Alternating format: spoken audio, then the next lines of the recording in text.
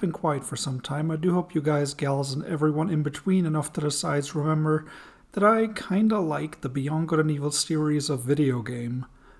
While there have been other games that improve upon gameplay aspects of the 2003 classic, the world and the characters inhabiting it are absolute peak to this day.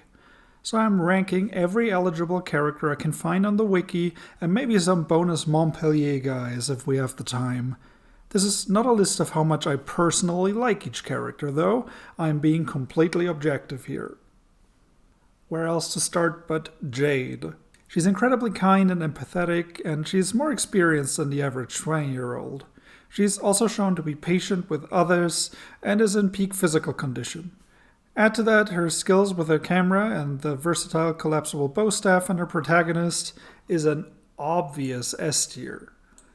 Paige, our favorite pigman too, cares deeply about the well-being of those around him, which is the most important part.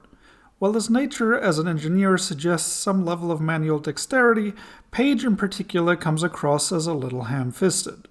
On the other hand, he does combine a wealth of experience with a surprising sense of adventure despite his advanced age. Plus, what that snout do? Paige is an easy S tier as well. Double H. You may immediately assume Hubert also fits into S rank. After all, he is just as devoted to improving the lives of others as Jade and Paige are. Plus, anyone who can swim for miles while wearing a full suit of steel armor isn't about to give up on you anytime soon. What bumps him down a rank is his memory loss caused by the Dom's brain drain. There's a huge chance that many of the skills he had, if he had any to begin with, were lost in the process. All hope is not lost, however. Considering his love for the Carlson and Peters military textbook, he may just need some literature to point him in the right direction. I'd say that puts him into A tier. General Keck. Let's mix it up a little with our first bad guy. General Keck seems incapable of getting anything done without additional gear and the help of his minions. This, in and of itself, is not necessarily a bad thing, but you just know that with a selfish monster like him in control, this won't end well for anyone but him. F tier. Han. Han is a good guy through and through, no doubt about it, but that's just not all there is to being a good character. When digging through the game's files years ago, I uncovered Han's relaxing animation. It looks like this. And that's just not gonna work for most people. He definitely means well, and I know being a leader in an underground rebel group must be stressful, but he has got to chill. Where is he? There he is. Putting him in C tier. May. Despite everything, Papilli. C tier. Nino. Good guy and surprisingly well-toned. We don't know much more about him than that, so any statements like, I bet he sticks posters the way regular people stick stamps, would be pure speculation. Putting him in B tier. The Governor. The caring and courageous governor of Hillis' personality scores points right away. Given the busy schedule of a governing politician, she probably has amassed all the abilities an average person at her age would have, no more and no less. She is never shown to be particularly physically capable, so she can't make it any higher than B tier. Where the fuck is she? Secundo. He's not real. He will never be real. He can give you what you want, but he cannot give you what you need.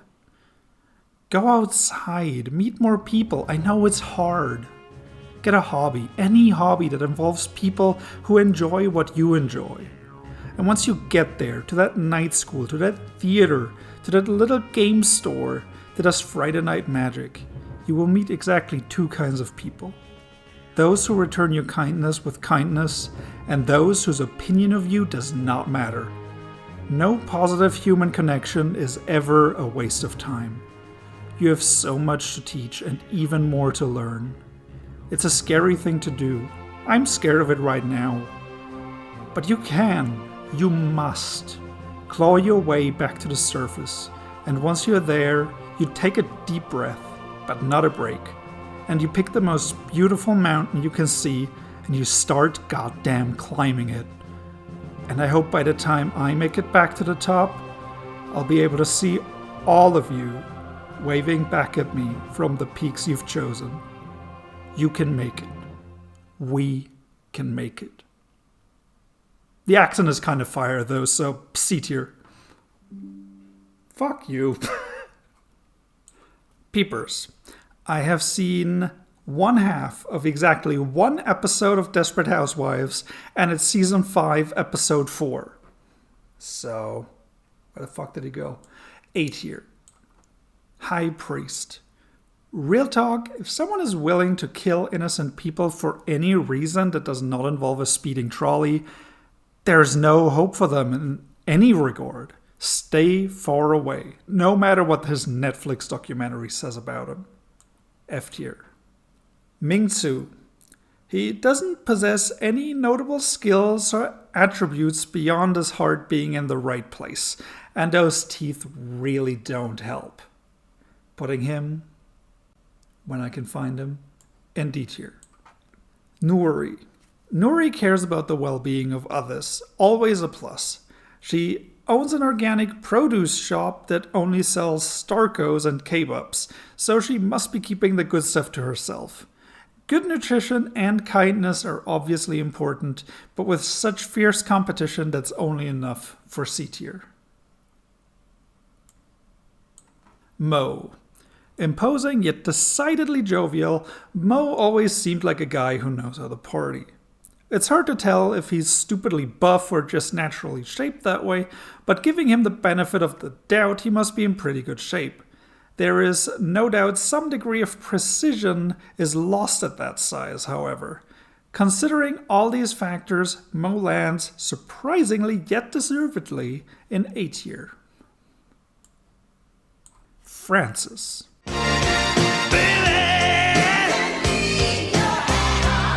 B tier. Rufus. He brags about coming from a line of men who can swallow ridiculous amounts of biomass in seconds and wants to surpass them in that regard. However, he's just a very unpleasant guy to be around, and despite being a hovercraft racer, he is not very dexterous, as seen when he takes forever to cover up his room code. The teeth are a matter of taste, so they cancel themselves out on average, landing Rufus at D tier. Fen Diggler. This guy just needs to be ignored until he's sued into bankruptcy by the families of racist 80-year-olds who died of caffeine overdose from the overpriced brain enhancers he started selling after getting fired for spouting blatant fascist propaganda. F tier. The Mamagos. Their hearts are in the right place and they demonstrate manual dexterity. Plus, there is 3 of them. S tier. Knox. You know what they say about guys without teeth. A tier. I'm going to butcher this name and I apologize. Shu Yushu. He canonically has rather warm hands.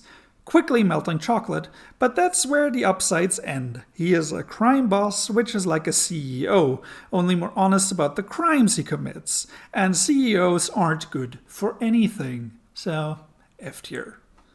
Lee Da-yu.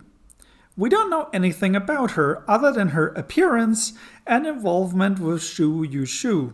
She clearly has loose morals, but not the good kind like you want. Clearly not as evil as her boss, though. D tier. Shani. A pirate with a heart of gold, possessing the creativity and dexterity of a mechanic and the physical conditioning of a martial artist. She's like a Jade Page combo. Putting her in S tier. Dakini. Dakini is a weird case. Her authoritative personality is a matter of taste, so that's neither here nor there. She is in good shape and provably would have some idea of what's going on, but ever since it was objectively, definitively, and irrevocably confirmed that Callum is just a friend and nothing else, I have my doubts she has developed any more than the bare minimum of skill, putting her in C tier. Callum is very much a mirror of Dakini in this regard, so another C tier only seems appropriate. Primera. I hope I didn't come across as needlessly harsh earlier. There is a time for sadness and there is a time to stand up and do something about it. I know it's cliche, but in the end we always regret the things we didn't do more than the things we did. But The accent is fun, so C tier. Uma. Her advanced age and smoking habits strongly limit the energy she can tap into. But if you've learned anything from this list, I hope it's that physical fitness isn't what it takes to be a good character. Empathy, tenderness, generosity, a willingness to keep learning and adapting, that's what it's all about in the end. As Tagada's chief medical officer, Uma embodies all these qualities in spades. S tier. Bonus round, Rayman. Rayman can move his head, hands, and feet completely independently of one another, putting him at a strong S tier. Also, he canonically has a fat cock.